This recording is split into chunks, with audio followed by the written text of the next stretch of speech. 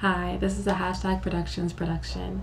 You'll be viewing a piano discussion given by Brandon Franklin, Claudia Fobbs, and Mike Matamoros this week. It'll be directed by Lauren Anderson.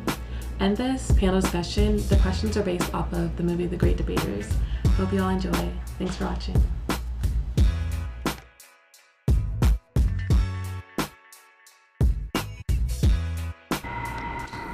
Yeah, I wouldn't say they included it, but I definitely feel like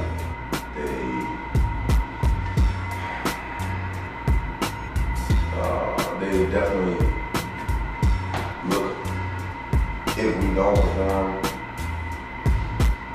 to a high potential, they're not surprised. So it's more so like, not that they're disappointed, they're just not surprised. So it becomes like an expectation. So like when you start to answer questions, like for example, in my home studies class, if I ask a question regarding an assignment I did, she would say like a smart comment, like know what I'm talking about from the reading, when she knows that what I'm talking about is from the reading. So it's just little jabs like that that I think a person do sometimes that will, play with their intelligence, but that's all. I don't think it's intimidation. I think it's more of like he said, huddled than my counterparts. So I think it's there, but not intimidation. I never really got that vibe from any of my professors. I mean, since I've been here, I never really like established no relationship with them like that. I just came in and did my work, so I never really gave them a chance to do anything like that to me. You know what I'm saying? So, yeah.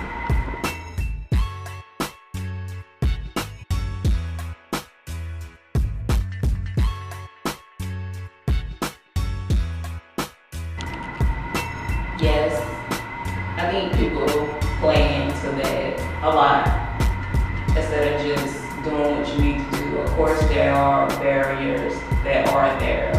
Who'll say they aren't there is kind of fooling itself, but it can be passed. But at every turn, you can't be the man, and I think people use that a lot. Come in, do what you need to do. Sometimes you will have to work harder than they come for, but it's very possible. So I think, some people do use that and limit themselves when they do say that. So Yeah, I feel like it's a bit of it's 50-50. Because you got folks that come in and they do their work and they still face those same obstacles, and then they're entitled to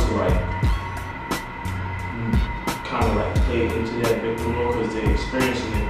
And then you got some people that just play that role just for the hell of it, you know what I'm saying? They get one bad grade or they face something that they probably deserved or probably didn't work hard for, and they say, oh, white man did this, blah, blah, blah, you know what I'm saying? So it's kind of like I believe it starts with us. You have to definitely apply yourself and be serious about your education. Because we born in oppressed people, but that's not really an excuse at this point. I feel like that should be used more as a motivation. Because when you do succeed, when you do make it, you can feel that much more proud. Because nobody expects you to be where you're at. Even when you see those people who reach success, that African Americans, everybody just waiting for them to teeter off, and fall. So I feel like we should really focus more so on applying ourselves and, tapping into our full potential rather than the oppression.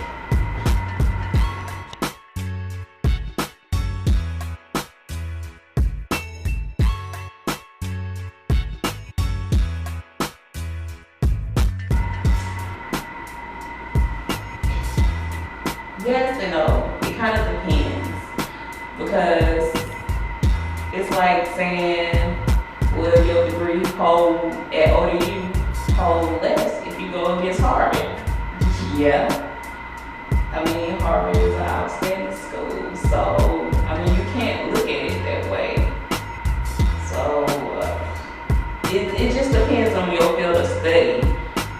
have to do the groundwork, because at first my whole mindset was going to HBCU. I went to HBCU, but like when I was stationed out here in the military, I chose ODU because it was the best fit.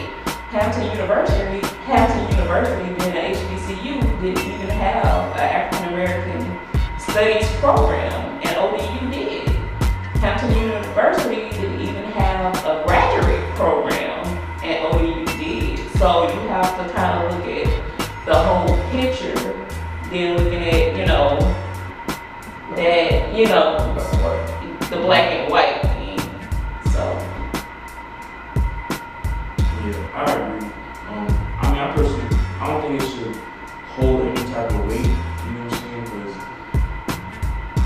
HBCUs are still prestigious institutions, just as well as like an Ivy League school.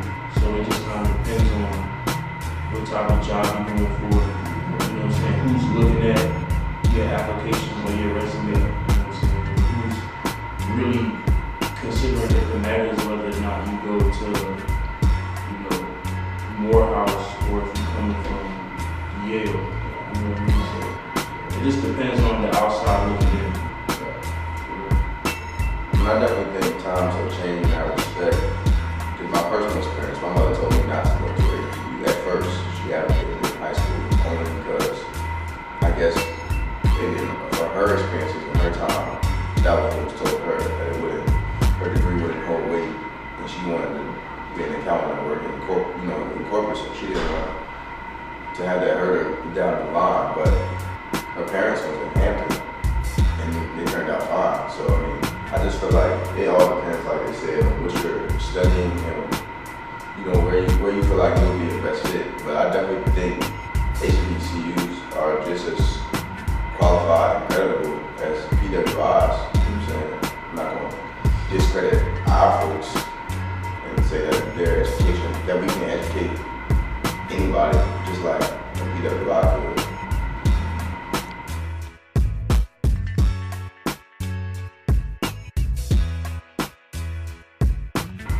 No, he wasn't too radical in his approach, but he could have.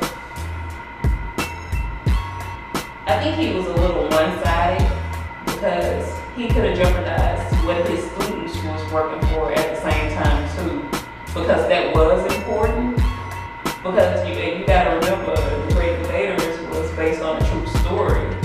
So what he was doing for the sharecroppers was very much important too, but what his students were trying to accomplish too. So hindsight is 50-50. So that's how you look at it.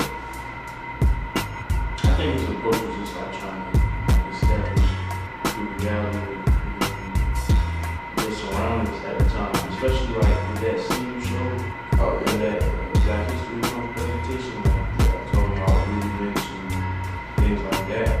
They probably put some fear into him, but that was, the reality of it at that time. So, And I think some examples used like that example was to get them to understand, like, you all may know what I'm doing, but here's the historical significance as to why and what it's doing outside of just your small box at Wiley.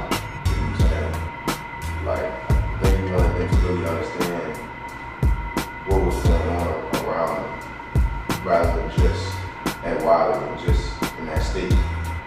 So I really think it is sometimes radical is right, especially during that time.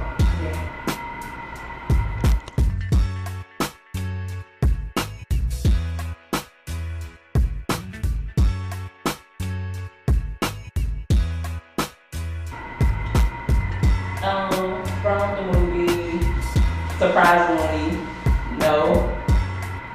Kind of embarrassing since I am an African American and I am an African American major. But after watching the movie, that wasn't my first time watching the movie. But when I did watch the movie, I did go and look up a few people and read a few of the books. So.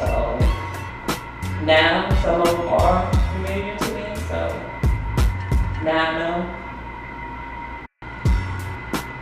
Well, the only person whose name really stood out to my recollection was Willie Lynch, because I remember reading his letter like 2 years ago, like sophomore year of college. So his name really stood out. Yeah, I knew Willie Lynch from lynching. From the term, and I heard him talk about it. I was like, put two and two together.